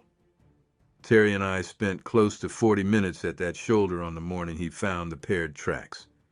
We measured what we could with the tape measure Terry kept in his truck. The larger set, the one consistent with the individual from 4 nights before, showed a stride length of between 155 and 170 centimeters. The smaller set showed a stride length of between 115 and 130 centimeters. Both sets showed the same toe spread profile I had examined in the slush on the night of the encounter, 5 defined lobes, the second marginally longer than the first. The smaller set was not the print of a juvenile. The toe spread was proportional to the foot length in the same ratio as the larger set, which suggested a fully grown individual who was simply shorter and narrower. What I could not determine from the impressions was anything about the relationship between the 2 individuals. They had walked parallel, close enough that in places the prints overlapped slightly at the edges, which meant they had been shoulder to shoulder at a distance of maybe 1.5 meters. walking east along the shoulder at a pace that the stride patterns indicated was slow and deliberate, not patrolling, not transiting, examining, like walking a fence line looking for a break or along a riverbank looking for a crossing point. They had walked 60 meters, which takes you from roughly where Roy's plow had been stopped on the night of the encounter to roughly where the guardrail had the compressed snow where we'd found him, and then the tracks turned south and went into the ditch and up the other side towards the timber. Terry said they'd turn back at the exact right place. He said this quietly, looking down at the impressions where they'd been away from the road surface. The guardrail on the south side at that point had a section where the snow compression was still visible from where we'd sat him against it. 4 days in a plow run had not completely erased it. The two sets of prints had come to that place and stopped, and then turned away. I thought about what it meant to bring someone else to a specific location on a highway shoulder for a reason you couldn't articulate in any language either of you shared with the observers who would eventually find the impressions you left. I thought about what it meant that someone else came, that there was someone else to bring. The cold was serious on the shoulder that morning, still running below -15 even with the sun up, and after 40 minutes Terry was losing feeling in his feet and I wasn't far behind. We photographed what we could with the Polaroid camera Terry kept in his glove box, which was not ideal documentation but was what we had. We measured. We recorded in the small notepad I always carried on the job, and then we got back in the truck and drove back to the depot, and neither of us mentioned it to anyone else. The months that followed were winter months, February into March, the hardest stretch of the maintenance season. I had no further direct encounters. Terry saw something in the timber twice more, both times at dawn on the section of highway between the campground and the first avalanche control zone. A shape in the tree line, stationary, watching the highway. Once, for several minutes. Both times it was gone before he could do more than register it. He described it as the same individual based on size. He said he had the impression of being seen, consciously and deliberately seen, each time. Terry described his first tree line sighting to me in detail on the phone the night after it happened. He'd been running the westbound lane at first light, the sky still dark to the west and just beginning to separate into gray and dark gray in the east. The section between the campground and the first avalanche control zone is the one where the timber is closest to the road on the south side. And in winter, the contrast between the pale highway surface and the dark wall of cedar and hemlock is stark enough that anything standing in the first few meters of the tree line reads clearly even before full light. He was running at plowing speed, maybe 40 kilometers per hour, and the figure had been standing in the gap between two large cedars about 30 meters in from the shoulder, upright facing the road. Terry had slowed without stopping, which he described as an instinctive response. How you slow when something catches your peripheral vision and your conscious mind hasn't caught up with what you've seen. He'd had the figure in his view for about 4 seconds before the road curved and the sight line closed. In those 4 seconds, he had taken in enough to be certain it was the same individual from the shed. The height, the build, the way it stood, all of it consistent. He said the one detail that fixed the identification for him was the posture. He said, whatever it was, it stood the way it had stood in the doorway of the shed. A particular quality of stillness that he said he had not seen in any other living thing in his life, before or after. The second sighting 2 weeks later was briefer. Terry was headed east this time, and the figure was in a different gap in the tree line further east than the first position, which he noted because the distance between the two sightings, about 300 meters, told him it was covering ground along that section of the highway corridor, not staying in one spot, moving through the timber in the band closest to the road, making itself visible at intervals from positions that were consistent with watching eastbound traffic. Terry said the second time he saw it, he had been expecting it. Not on that specific morning, not at that specific hour, but over the weeks of driving that section in the pre-dawn dark, he had developed an anticipation of it. He described it to me as being similar to the feeling you develop when you're working a highway section with a known hazard, a blind curve that produces regular accidents, a stretch of road that ices reliably in a specific weather pattern. You drive it the same way you drive everything else, but with a different quality of attention and awareness that here is the place where the thing happens and the thing might happen now. He said it was not an unpleasant feeling. He said he had expected it to be, and it wasn't. He said driving that section before dawn with that quality of attention felt like the closest thing he had found to peace in a working day. I understood. I had felt the same thing on the night I'd pulled over and gotten out of the plow. The months of winter maintenance that followed the encounter had a different quality for all four of us. Not lighter, not easier, just more real, more calibrated to what was actually present in the terrain we were working. We knew the forest was inhabited. We had always known it in the abstract way that people who work mountain terrain eventually arrive at, but now we knew it specifically. And the specificity changed the character of every hour we spent in those mountains. The cold was the same cold, the road was the same road, but we were in it differently. Roy, when I updated him, said his grandfather had told him this was how it went.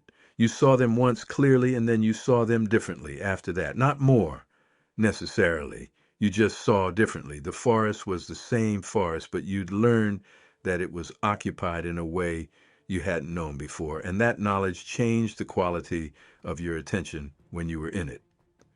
Roy's grandfather had been a trapper in the caribou country in the 1930s and 40s, working the territory around the Horsefly River drainage. He'd told Roy the story once when Roy was about 12 on a fishing trip in the summer. His grandfather said he'd had 3 encounters in his working life. The first had frightened him badly enough that he'd pulled his trap line and spent 2 weeks in Williams Lake before he went back to the territory. The second had been a glimpse, distant on a ridge, and he'd watched it watch him for the better part of an hour before it turned and walked away.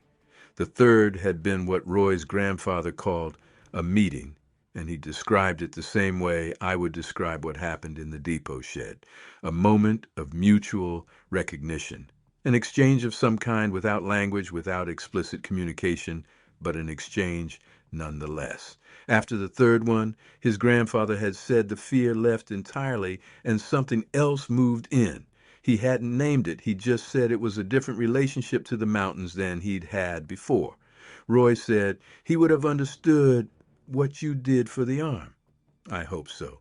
Roy said he understood. That's why he came back. Spring came late that year, the snowpack taken until late May to release the high country. As the highway dried out and the summer traffic built up and the maintenance season shifted from ice and snow to pothole repair and shoulder grading, the winter became something we carried quietly. The 4 of us. Roy, Terry, Dale, me. We never discussed it at the depot, never mentioned it where anyone else might hear. Dale, who had been the youngest and the most shaken in the moment, settled into a quiet version of what Roy and Terry and I carried. He mentioned it to me once in passing in the summer, standing at the back of the crew truck eating a sandwich. He said he'd been back to that stretch of highway on his days off a few times early morning just to look. He said he felt like he owed it something, and he couldn't quite say what it was. I understood. Dale Fosson joined the Revelstoke Search and Rescue Association in 2000, 2 years after the encounter. He didn't mention the encounter as his reason for joining, and he didn't need to. I knew. Search and rescue work in the Selkirks requires a specific combination of physical capacity, technical skill in winter mountain terrain, and the willingness to go into places looking for people who are in serious trouble. It is not work you take on casually. It is not work you take on because you have free time. You take it on because you have decided that the category of things you are willing to do when someone is in trouble in these mountains is not limited by convenience. He worked wildlife conflict management after he left the depot, which I mentioned earlier, and which also made sense to me in a way I don't think he would have wanted me to articulate, because articulating it would have required both of us to say out loud what we'd agreed to keep in the category of unspoken. Wildlife conflict work in interior BC means working the interface between human settlement and large predator populations, grizzly bears, black bears, cougars, wolves. It means being the person who goes to the location where the animal was reported and assesses whether the situation requires action, and if it does, what kind. It means distinguishing between a bear that has become habituated to human presence to the point of becoming dangerous and a bear that has wandered into a suburb during a dry year when the berry crop failed and needs to be guided back to its range. It means thinking about the animals in their own terms rather than in human terms, and it means managing the interface in ways that reduce conflict rather than simply eliminating its causes. I called Dale on his 50th birthday a few years back, and we talked for over an hour, the longest conversation we'd had since I transferred out of Revelstoke.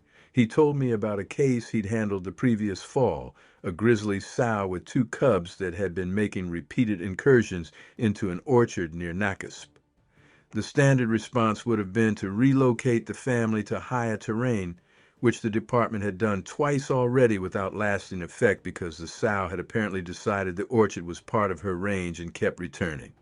Dale had spent 3 weeks working the situation before he proposed a non-relocation solution, which involved working with the orchard operator to change the harvest timing and the storage practices in ways that would reduce the attractant. It had worked.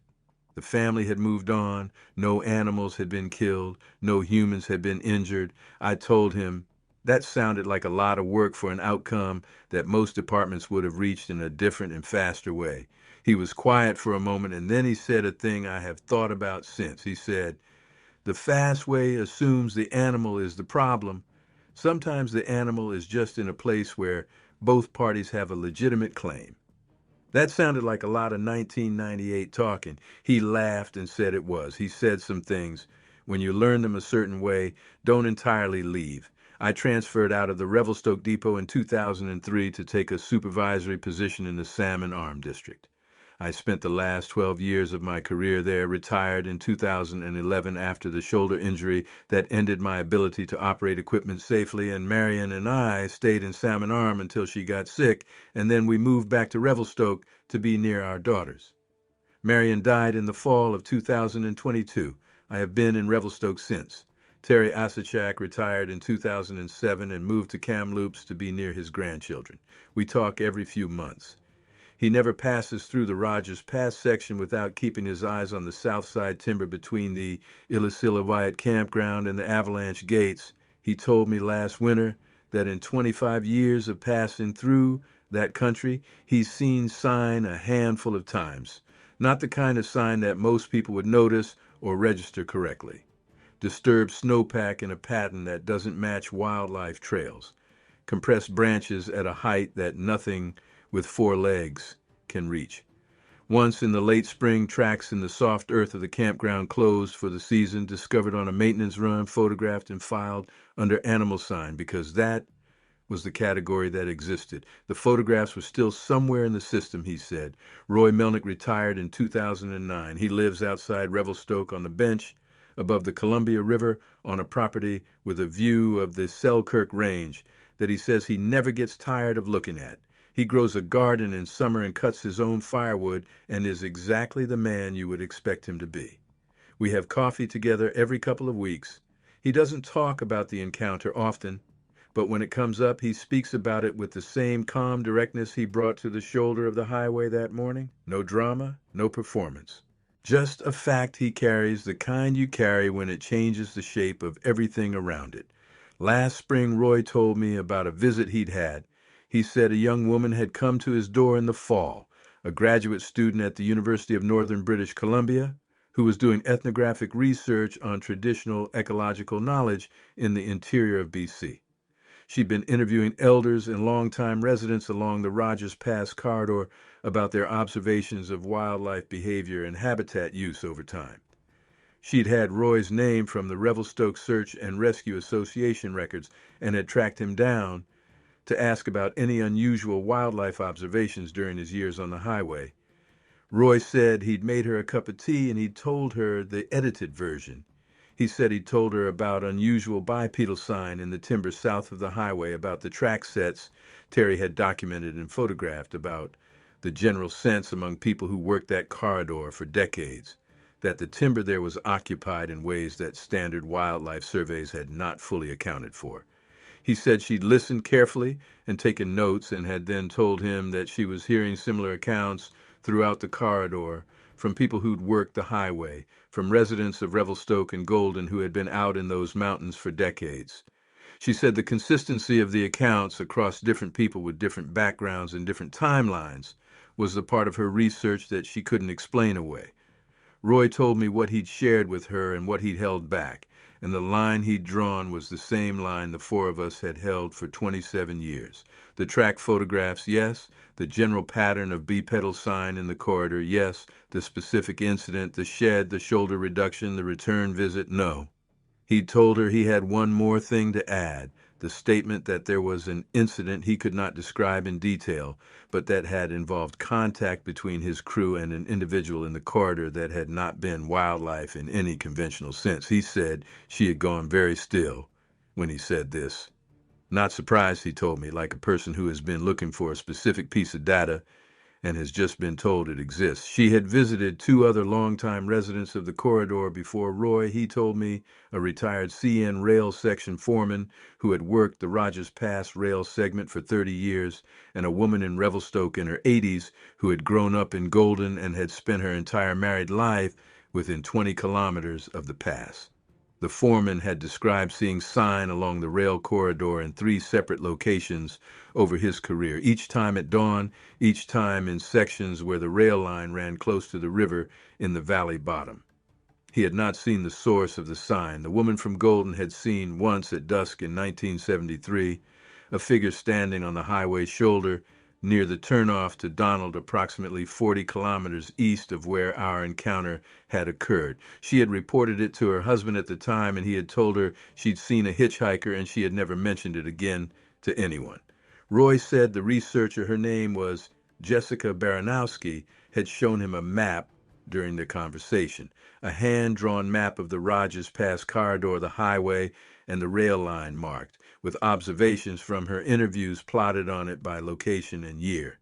The locations clustered in 4 areas, all of them in the valley bottom sections where the old growth timber pressed close to the corridor, all of them near the river. The years spanned from 1951, the oldest account she had collected from a CN worker who was long dead, to 2019. Nearly 70 years of irregular, independent, geographically consistent accounts from people with no particular reason to fabricate them and no apparent awareness of each other. Roy said he'd looked at the map for a long time. He said he'd told Jessica that our incident, the one he couldn't fully describe, would have gone on that map in the Illecillewaet campground section, February 98. She had marked it, one dot among many. He said seeing it on the map alongside the others had moved him in a way he hadn't anticipated. Not vindicated, he'd never needed vindication, more like context, like understanding for the first time that the encounter had not been a random aberration, but had happened in a place and at a time within a pattern that had been accumulating for decades, a pattern that geography and habitat and some quality of that specific corridor had been producing long before our plow and our flashlights were there to witness it. I asked Roy if he'd told her the full story. He said, not yet. He said he was still thinking about it. He said she was a careful person, methodical, someone who understood that the value of the accounts she was collecting depended on protecting the people who gave them and the subject of the accounts equally. He said he thought she might be the right person to tell it to eventually in full, and that he was going to sit with that thought a while longer before he decided. He looked at me across the coffee table in his living room with the Selkirks visible through the window behind him, and he said, "You'd be telling it too." I knew. He said, "Is that why you're telling it now?" Partly. The other part was that 27 years was long enough and Marion was gone and Claire was right. He nodded and said Marion would have agreed. She would have. I am 64 years old. I have 2 daughters and 4 grandchildren, and a view of the Selkirks from my kitchen window that I don't take for granted. I worked a highway through some of the most beautiful and demanding terrain in Canada for 22 years, and most of what I have to show for it is in my knees and my shoulder and the long catalog of mornings that constitute a working life spent outdoors in every kind of weather. One of those mornings is different from all the others. On February 19th, 1998, at 4:47 in the morning, Roy Melnyk called dispatch and said there was something on the highway. We went. Three of us in a sander truck in a February storm with no idea what we were driving toward. What we found on the shoulder of the Trans-Canada near the Illecillewaet campground turnoff was an individual in distress who had come out of the Selkirk Mountains in conditions that had apparently produced an injury and a level of cold exposure that was threatening his life. We got him warm, we reduced the shoulder, we held the space around him while he recovered, and when he was ready to go, Roy opened the door and he walked back into the timber. 4 nights later, he came back to the tree line at 10 at night and he showed me the arm was working. I said good. He went back into the timber. That was the whole transaction, the whole of it. And it is, I think, one of the most significant things that has ever happened to me, not because of what it revealed about the world, though it did reveal something about the world, because of what it required of us in the moment. 4 men on a winter highway at 5 in the morning, confronted with something none of us had a category for, and each of us in our own way arriving at the same answer before we'd finished processing the question. We're not leaving him. You can call it instinct, you can call it training, you can call it the thing that happens in people who work emergency response long enough that the immediate human calculus becomes automatic. An injured party, provide assistance, details can follow, but I don't think it was just training. I think it was older than training, a recognition that bypassed the part of the brain that checks credentials and assigns categories that arrived already at an answer. We're not leaving him. The mountains hold what they hold. The old-growth timber between Revelstoke and the pass holds what it has always held through the railway coming and the highway coming and the avalanche guns running every winter trying to stay ahead of the snowpack. Whatever lives in those mountains has been living in them since before any of us thought to give those mountains a name, and it has persisted through everything that the modern world has built through its territory, and it will persist through whatever comes next. I keep my kitchen window facing the Selkirks because I like to see the snow come and go on the high peaks. I like to watch the seasons turn on terrain indifferent to seasons because it is going to be doing what it does long after my interest in it has ended. I drink my coffee in the morning and I look at the mountains and I think about what's up there in the ice and the cedar and the dark places between the avalanche paths where nothing human has ever walked. I think about the shoulder working. I think about a man going back into the timber, into the February dark, into the mountains that are his in a way they will never quite be mine. I think about the word Roy's grandfather used, a different relationship to the mountains. Last October, I drove through the Rogers Pass section with my daughter Claire and her husband on the way to a family gathering in Calgary. October in the Rogers Pass has its own character, the larch going gold at elevation, the first snow on the high peaks, the air having that particular autumn quality that carries a smell of cold rock and river water, and an earthen coldness underneath. We drove through in the late afternoon, the sun dropping toward the Monachees to the west, the Selkirks catching the last direct light on the east side of the pass. Claire was driving. I was in the passenger seat. When we came through the Illecillewaet section, I looked at the timber. A shape was standing at the edge of the tree line, about 60 meters back from the road in the gap between two large cedars. Standing upright in the shadows watching the highway, I had 1 or 2 seconds of direct sight line before the trees closed again as the road curved. I didn't say anything. I turned back to face forward. Claire was talking, her boys' hockey schedule, I think. I let her talk.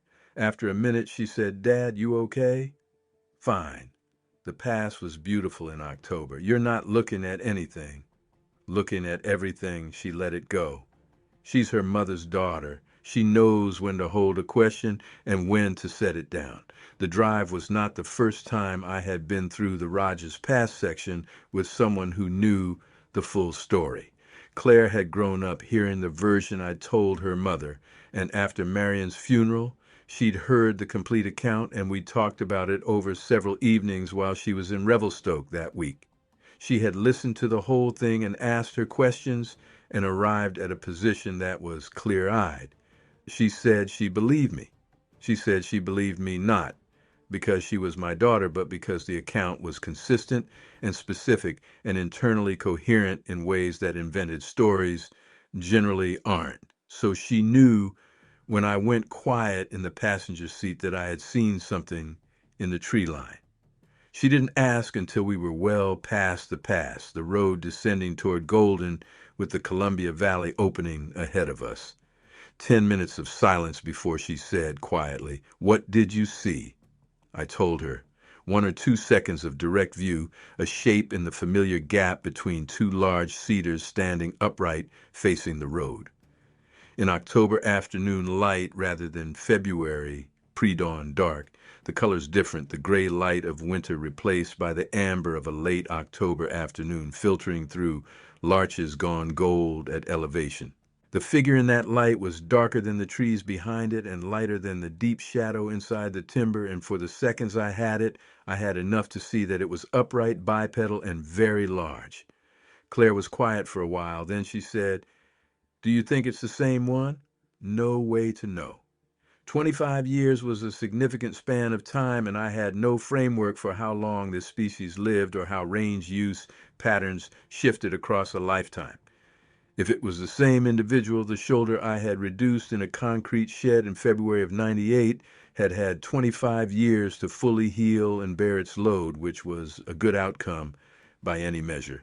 She said, "Do you think he remembers?" I thought about that properly before I answered, not the reflex answer, but the considered one, which required me to think about what the encounter had actually demonstrated about the cognitive life of the individual involved. The 4-day return visit, the deliberate display of the functioning arm, the posture at the doorway, the single look back, the 2-track survey of the guardrail site with the second individual coming back to the specific spot to examine it. These were behaviors that required retention, that required the capacity to hold a specific event in memory, to associate it with a location and a set of faces, and to act in ways that were responsive to the specifics of the event rather than to the general category of human highway workers. I thought he did. She said, "Good. I'm glad something remembered it properly." I laughed. So was I. I am 64 years old, and I know what he meant now. I know what he meant exactly. The mountains are still there. They are still occupied. If you drive the Trans-Canada through Rogers Pass in February before dawn in a storm and you find your plow headlights picking out something on the south shoulder of the highway near the Illecillewaet campground turnoff, you pull over. You keep your 4-ways on. You get your crew out. And whatever you find at the edge of the road, whatever is sitting against the guardrail in the slush and the cold, with its arm held wrong and its eyes reflecting your flashlight back at you, with something in them you recognize, you remember what 4 men said to each other at 5 in the morning in a February storm when none of us had been prepared for this moment. We're not leaving him. That's all. That's the whole of it, and it is enough.